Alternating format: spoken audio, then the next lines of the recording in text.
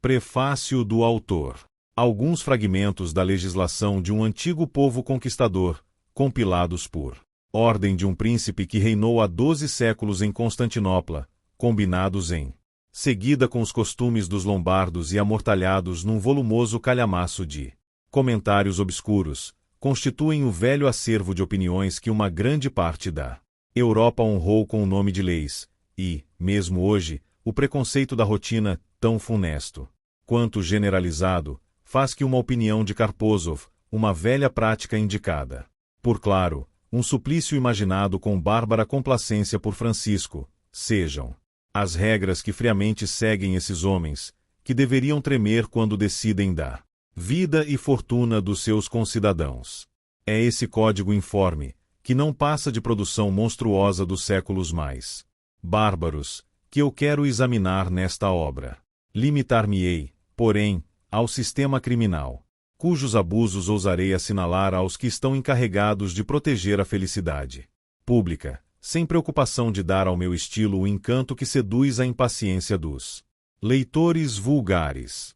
Se pude investigar livremente a verdade, se me elevei acima das opiniões comuns, devo tal independência à indulgência e às luzes do governo sob o qual tenho a felicidade de viver.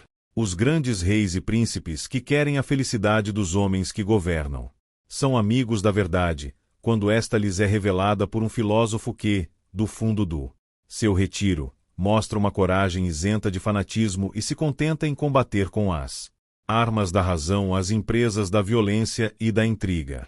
De resto, examinando-se os abusos de que vamos falar, verificar-se-á que os mesmos constituem a sátira e a vergonha dos séculos passados, mas não do nosso século e dos seus legisladores.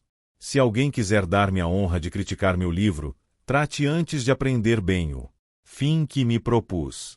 Longe de pensar em diminuir a autoridade legítima, ver-se-á que todos os meus esforços só visam a engrandecê-la e esta se engrandecerá, de fato, quando a opinião pública for mais poderosa do que a força, quando a indulgência e a humanidade fizerem que se perdoe aos príncipes o seu poder. Críticos houve, cujas intenções não podiam ser honestas, que atacaram esta obra. Alterando-a, devo interromper-me um instante, para impor silêncio à mentira, à zoinada, aos furores do fanatismo, às calúnias covardes do ódio. Os princípios de moral e de política, aceitos entre os homens, derivam em geral de 3 fontes: a revelação, a lei natural e as convenções sociais. Não se pode estabelecer comparação entre a primeira e as duas últimas, do ponto de vista dos seus fins principais, completam-se, porém, ao tenderem igualmente para tornar os homens felizes na terra. Discutir as relações das convenções sociais não significa atacar as relações que podem encontrar-se entre a revelação e a lei natural. Uma vez que esses princípios divinos, embora imutáveis, foram de 1000 modos desnaturados nos espíritos corruptos, ou pela maldade humana, ou pelas falsas religiões, ou pelas ideias arbitrárias da virtude e do vício, deve parecer necessário examinar, pondo de lado quaisquer considerações estranhas, os resultados das simples convenções humanas, quer essas convenções tenham sido feitas realmente, quer se suponham vantajosas para todos. Todas as opiniões, todos os sistemas de moral devem reunir-se necessariamente nesse ponto, e nunca se louvariam bastante os louváveis esforços tendentes a reconduzir os mais obstinados e os mais incrédulos aos princípios que levam os homens a viver em sociedade. Podem, pois, distinguir-se 3 espécies de virtudes e de vícios, cuja fonte está igualmente na religião, na lei natural e nas convenções políticas. Jamais devem essas 3 espécies estar em contradição entre si, não alcançam, contudo, os mesmos resultados e não obrigam aos mesmos deveres. A lei natural exige menos que a revelação, e as convenções sociais menos que a lei natural. Assim, é muito importante distinguir bem os efeitos dessas convenções, isto é, dos pactos expressos ou tácitos que os homens se impuseram, porque nisso deve residir o exercício legítimo da força, nessas relações de homem a homem, que não exigem a missão especial do Ser Supremo. Pode dizer-se, portanto, com razão, que as ideias da virtude política são variáveis. As da virtude natural seriam sempre claras e precisas se as fraquezas e as paixões humanas não empanassem a sua pureza. As ideias da virtude religiosa são imutáveis e constantes, porque foram imediatamente reveladas pelo próprio Deus, que as conserva inalteráveis.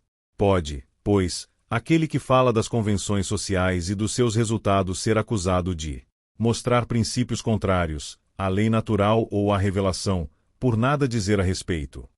Se diz que o estado de guerra precedeu a reunião dos homens em sociedade, é o caso de compará-lo a Hobbes, 5, que não supõe para o homem isolado nenhum dever, nenhuma obrigação natural. Não se pode, ao contrário, considerar o que ele diz como um fato, que foi tão somente a consequência da corrupção humana e da ausência das leis. Enfim, não é um erro censurar um escritor que examina os efeitos das convenções sociais, por não admitir antes de tudo a existência mesma dessas convenções. A justiça divina e a justiça natural são, por sua essência, constantes e invariáveis, porque as relações existentes entre dois objetos da mesma natureza não podem mudar nunca. Mas a justiça humana, ou, se quiser, a justiça política, não sendo mais do que uma relação estabelecida entre uma ação e o estado variável da sociedade, também pode variar, à medida que essa ação se torne vantajosa ou necessária ao estado social. Só se pode determinar bem a natureza dessa justiça examinando com atenção as relações complicadas das inconstantes combinações que governam os homens. Se todos esses princípios, essencialmente distintos, chegam a confundir-se, já não é possível raciocinar com clareza sobre os assuntos políticos.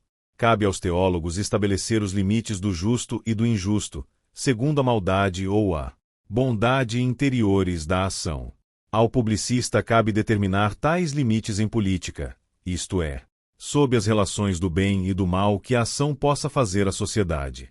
Esse último objeto não pode acarretar nenhum prejuízo ao outro, porque todos sabem quanto a virtude política está abaixo das virtudes inalteráveis que emanam da divindade.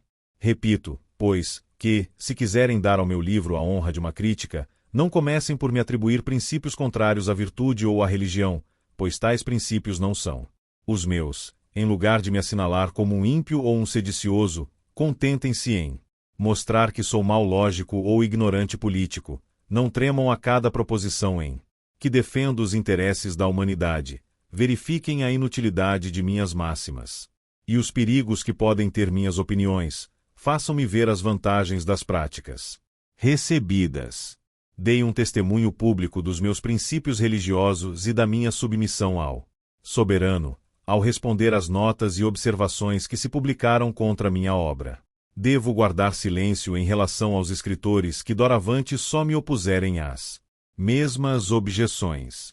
Mas, aquele que puser em sua crítica a decência e o respeito que os homens honestos se devem entre si, e quem tiver bastantes luzes para não me obrigar a demonstrar-lhe os princípios mais simples, de qualquer natureza que sejam, encontrará em mim um homem menos apressado a defender suas opiniões particulares do que um tranquilo amigo da verdade, pronto a confessar os seus erros.